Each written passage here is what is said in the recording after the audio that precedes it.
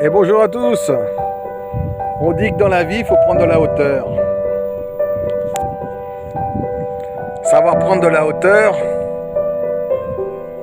savoir regarder les champs de blé tout en haut et crier: oh capitaine, oh mon beau capitaine. Quel est le cap? Quelle est la direction?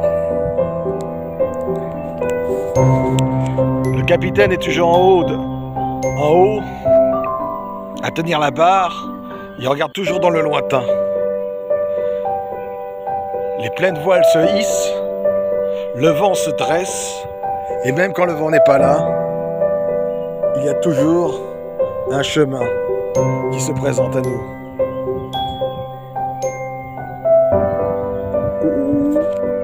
C'est quoi ça?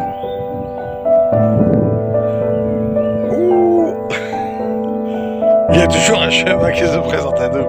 Même quand on n'est pas à l'aise, il y a toujours un chemin qui se présente à nous.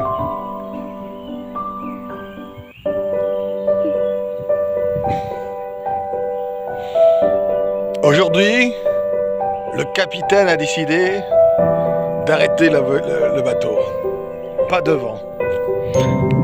Les ancres sont jetées, l'immobilité se présente et le silence se fait. Quand il y a silence, il y a toujours le chant des oiseaux, les libres chanteurs. Personne ne les enchaîne ou ne les empêche de s'exprimer. Les libres chanteurs peuvent chanter à foison et à toison, sans oublier qu'il y a toujours dans cet espace qui s'appelle le silence, la vie. On croit que dans le silence, il y a la mort. On croit que quand les autres ne sont pas là, on va mourir. On croit que quand on n'a pas d'argent, c'est la fin du monde. On croit que si on n'a pas notre portable ou notre internet, on ne se ressentira pas. On croit que si on n'allume pas la télévision et qu'on ne suit pas les infos, on ne connaîtra pas ce qui se passe dans le monde. On croit que le monde va changer notre vie. On croit toutes sortes de choses, alors que toutes ces choses ne sont que le reflet de nos actions et de nos décisions. Pour changer sa vie, pour changer son silence, il suffit de décider et d'agir.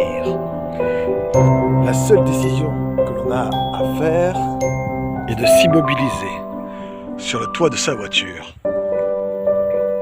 Le toit de sa voiture,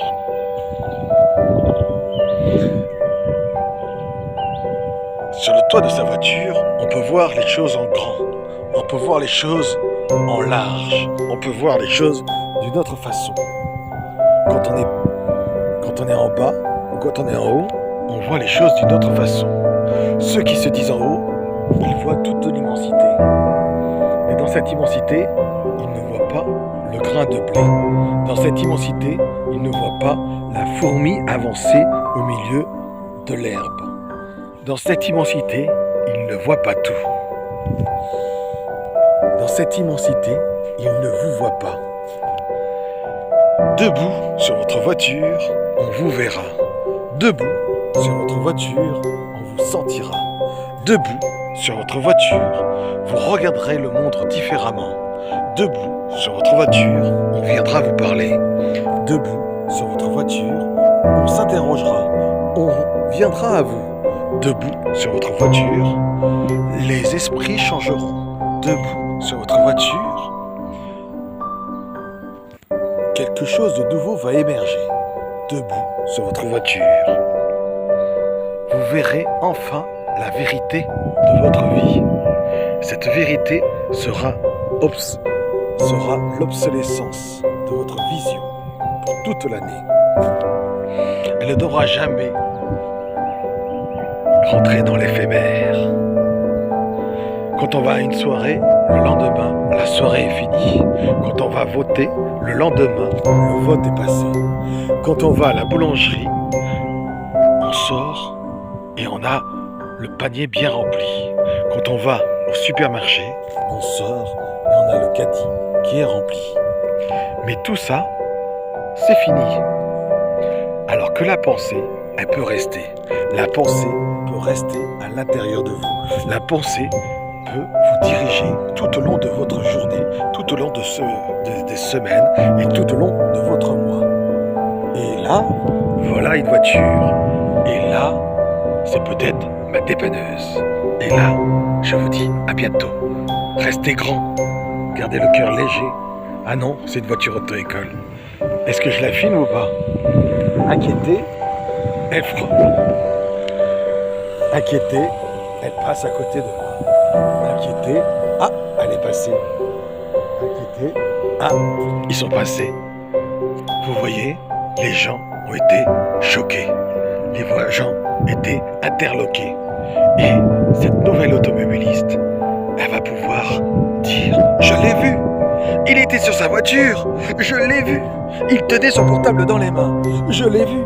Il était droit! Sa voiture était rouge! Je l'ai vu! Il était debout au milieu des champs! Je l'ai vu!